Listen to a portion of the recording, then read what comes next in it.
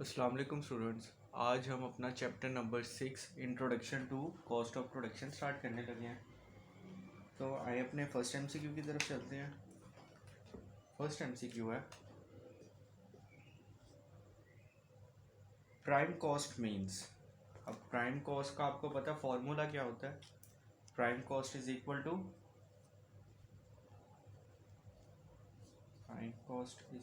To direct material plus direct labour. ये prime cost is equal to direct material plus direct labour. तो अब अपने option में आ जाते हैं। ए है sum of direct material and factory overhead cost, ये तो गलत हो गया। बी है sum of direct material and selling cost, तो ये भी गलत है। Sum of indirect material and direct labour, indirect material नहीं होता, डायरेक्ट मटेरियल होता है। डी है sum of direct material and direct labour cost, तो हमारा ये फॉर्मूला कौन सी ऑप्शन में फुलफिल हो रहा है? ऑप्शन डी में, sum of direct material plus direct labour cost. तो हमारी प्राइम कॉस्ट मीन्स क्या होगी? Prime cost means sum of direct material and direct labour cost. तो हमारा ऑप्शन आ गया यहाँ पे ऑप्शन डी। अब है हमारा second MCQ. When a cost manager wants to know the cost of something then this something is known as. कि अगर कॉस्ट मैनेजर जो है वो किसी चीज़ की कॉस्ट पता करना चाहे तो वो जो चीज़ है उसको हम क्या कहते हैं? Cost centre, cost object, cost unit, cost objective. अब आपको पता है कि कॉस्ट ऑब्जेक्ट इसका आंसर क्यों है। कॉस्ट ऑब्जेक्ट की डेफिनेशन क्या है ये? कि for which cost is incurred, कि वो चीज़ जिसके लिए कॉस्ट इंकर हो रही है। कॉस्ट ऑब्जेक्ट क्या होता है? जिस पे हमारी कॉस्ट इंकर हो रही होती है। तो इसलिए फिर इस समथिंग का is known as cost object. कि अगर हमारी कॉस्ट जो है वो किसी चीज़ पे लग रही है तो उस चीज़ को हम क्या कहेंगे? कॉस्ट ऑब्जेक्ट, के जिस चीज़ पे कॉस्ट लग रही होती है, कॉस्ट ऑब्जेक्ट। तो ऑप्शन बी क्या है ये?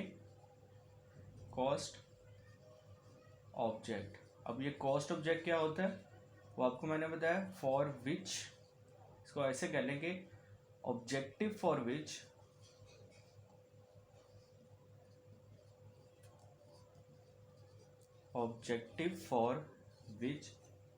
Cost is incurred. ये हमारा क्या होता है? Cost object. तो सेकंड एमसीक्यू का आंसर क्या आ गया? B, cost object. अब हमारा है थर्ड एमसीक्यू। इसमें वो कह रहा है which of the following is an example of financing cost. अब फाइनेंसिंग कॉस्ट क्या चीज़ होती है? इसकी आपने पढ़ी होगी डेफिनेशन भी। वैसे तो फाइनेंसिंग कॉस्ट होती है cost that are involved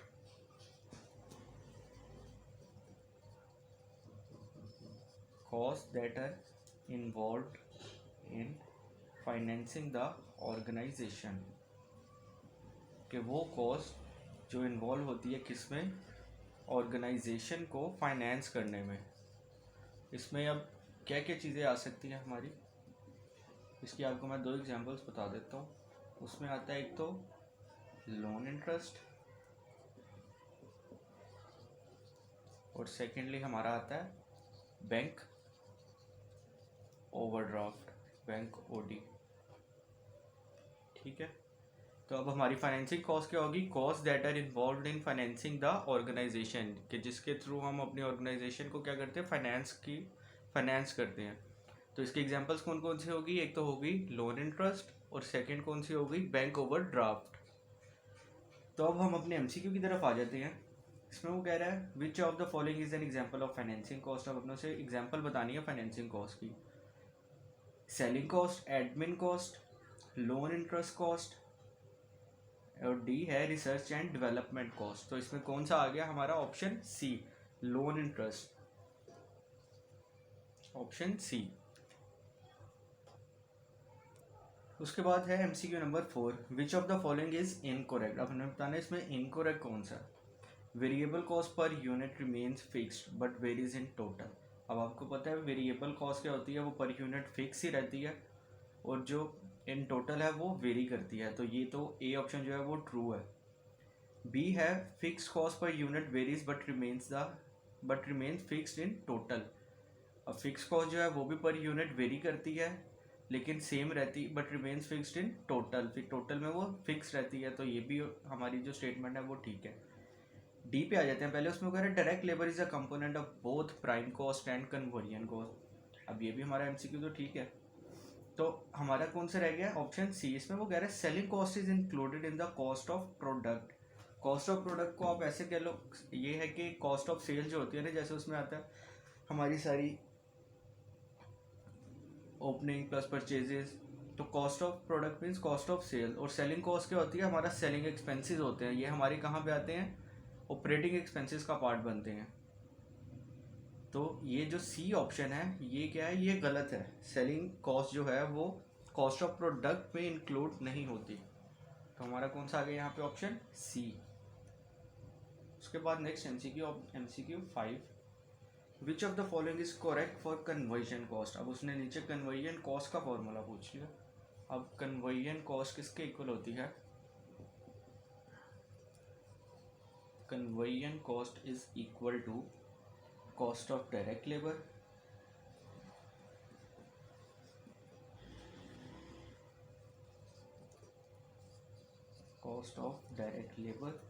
plus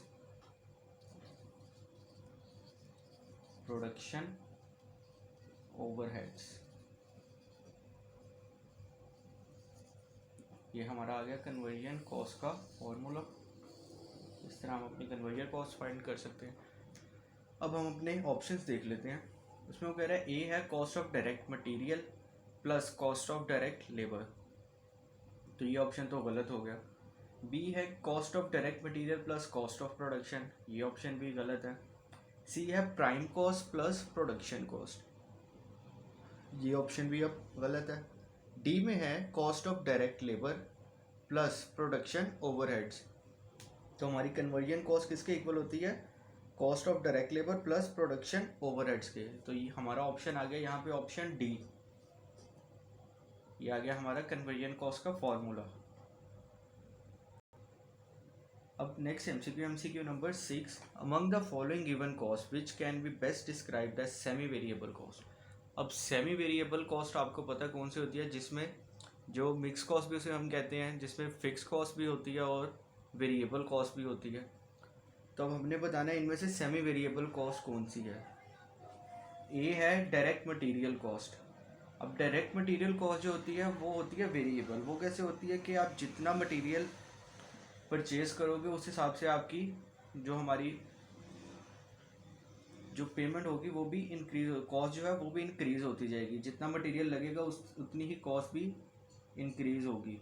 तो ये होती है वेरिएबल, मटेरियल के साथ साथ ये वेरी करती है। बी है इलेक्ट्रिसिटी चार्जेस। अब इलेक्ट्रिसिटी चार्जेस में आपने देखा होगा कि यूनिट्स होते हैं, कि कुछ फिक्स यूनिट्स होते हैं और उसके साथ फिर कुछ वेरिएबल होते हैं।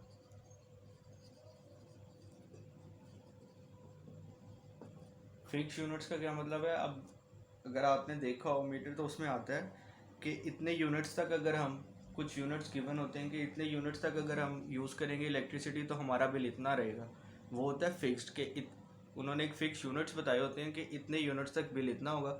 उसके बाद फिर अब जैसे जैसे हमारा यूनिट इंक्रीज़ होता रहता है उस हिसाब से हमारा बिल भी इंक्रीज़ होता रहता है, हमारी इलेक्ट्रिसिटी चार्जेस जो है वो भी इंक्रीज़ होते रहते हैं।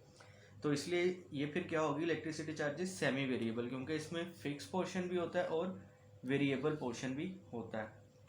इसके बाद है सी, बेसिक पे ऑफ डायरेक्ट लेबर।